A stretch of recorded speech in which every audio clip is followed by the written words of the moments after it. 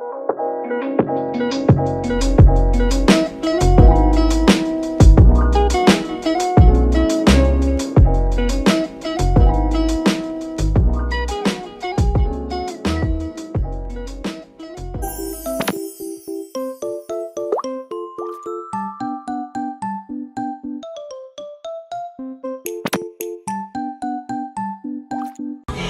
morning, Ma'am and Sir. May I ask about your personal data?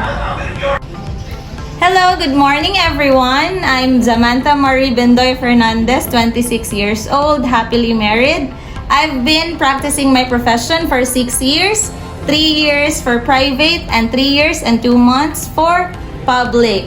And I am a new teacher here in Kasinglot National High School, a newly transferred teacher. So my philosophy in education is to strive hard for progress, not perfection. Good morning, everyone. I am Nizel G. Habagat of Santa Ana National High School, 33 years old from Zone 3, Santa Ana, Taguluan, Misamis Oriental. I finished my baccalaureate degree at Taguluan Community College, and I am now 9 years teaching in DepEd. My mantra in education is that I will teach to the best of my ability, ensuring my learners went home with lots of fun and takeaways, making them ready for life. Good morning. I am Sir Kid James S. Rabidas. I am 32 years old and I am from Agusan, Cagayan de Oro City. I am still single at this moment and I'm not yet prepared for the marriage life. I am from Kasinglot National High School. I have been teaching for almost 12 years, 3 years in the private school and 9 years in Kasinglot National High School.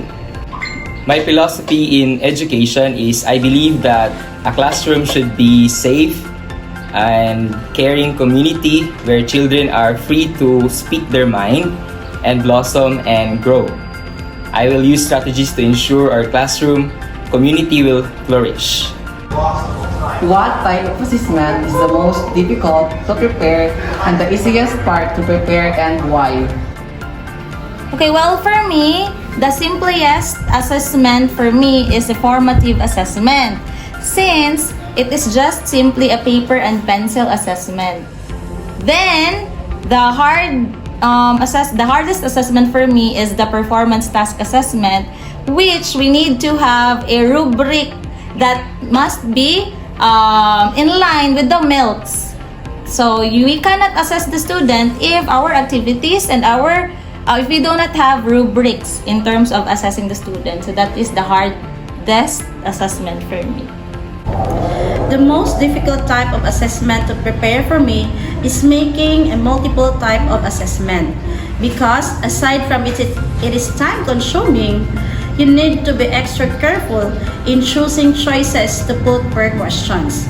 Aside from it, you must see to it that the choices you put, that the answer is not too obvious to the learners, and of course, the choices will not create more confusion to the learners.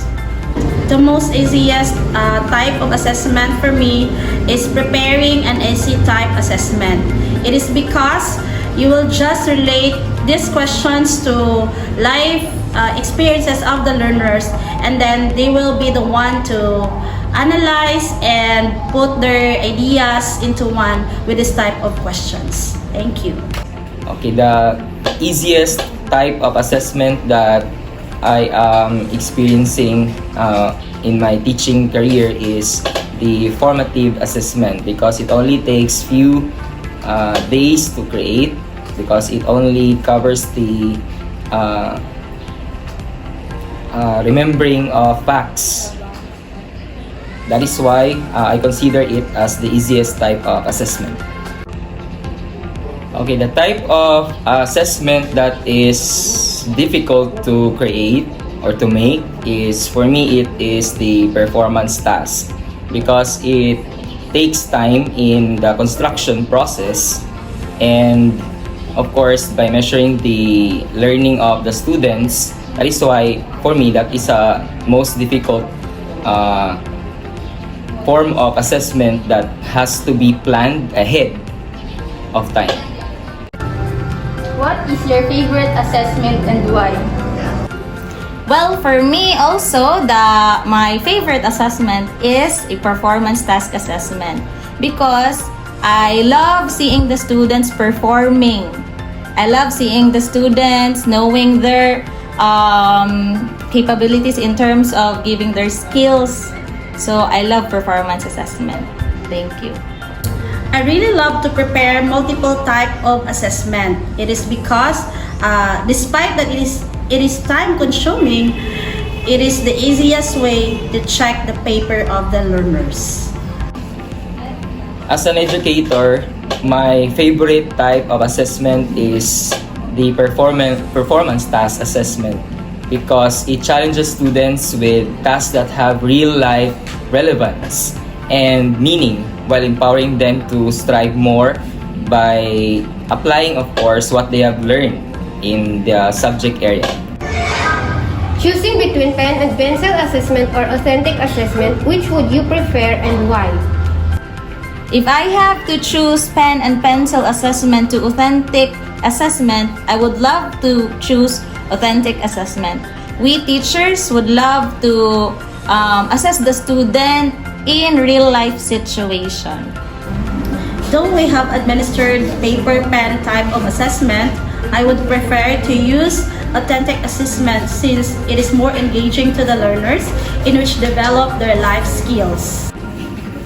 Choosing between pen and paper type of test or assessment and the performance assessment or the authentic assessment, I prefer to use the both rather because both assessments are very useful and relevant since it measures, of course, the knowledge of the students and how far they have learned in the subject matter.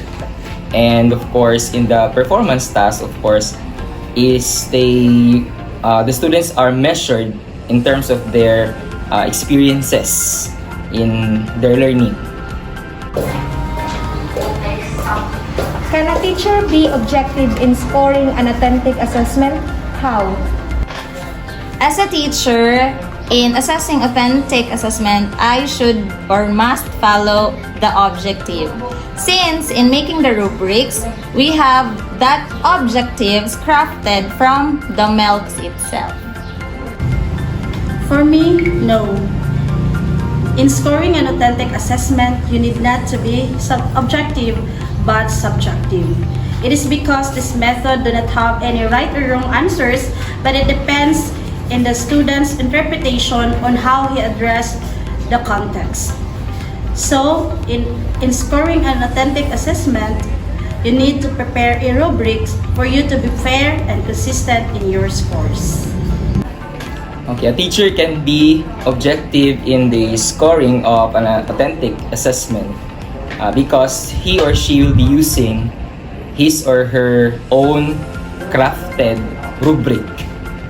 That is to measure the students' learning and on how far the students have learned in the subject matter.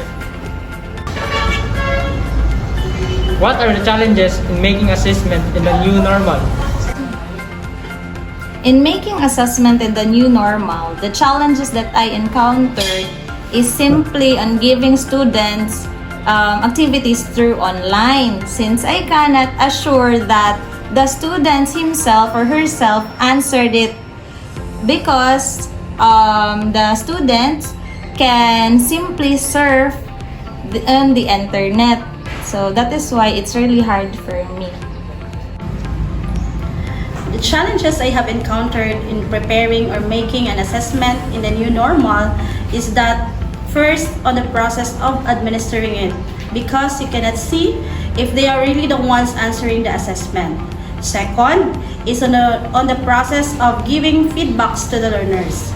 Yes, we may have GCs, but you must also consider the students who cannot be with you online since they don't have gadgets.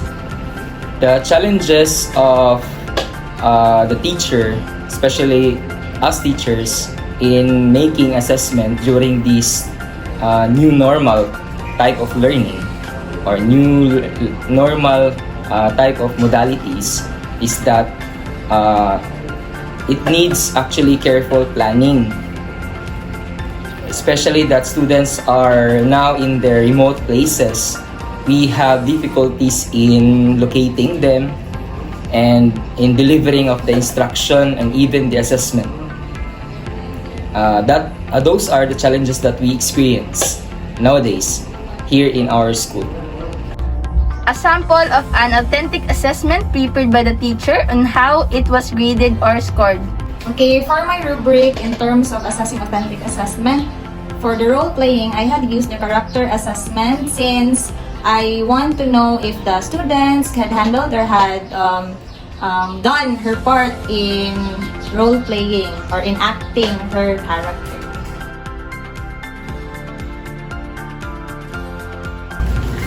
So, ito yung halimbawa ng ating authentic assessment na meron tayo, no? May kasama siyang rubrics. I'll be showing you my performance task. And this is my performance task. I already sent the file to the teachers, to the students who interviewed me, and I will just be showing the output of this performance task. So this is my performance task. It is entitled Estudyantipid, and this performance task output is being rated with the following rubrics: pagkamalikhain, which is 10%, nilalaman, 30%, and the totality of the output is 10%, with a total of 50% all in all. So this is it. They are making a bookmark out of the tipid tips that they have experienced as a student in economics. Thank you.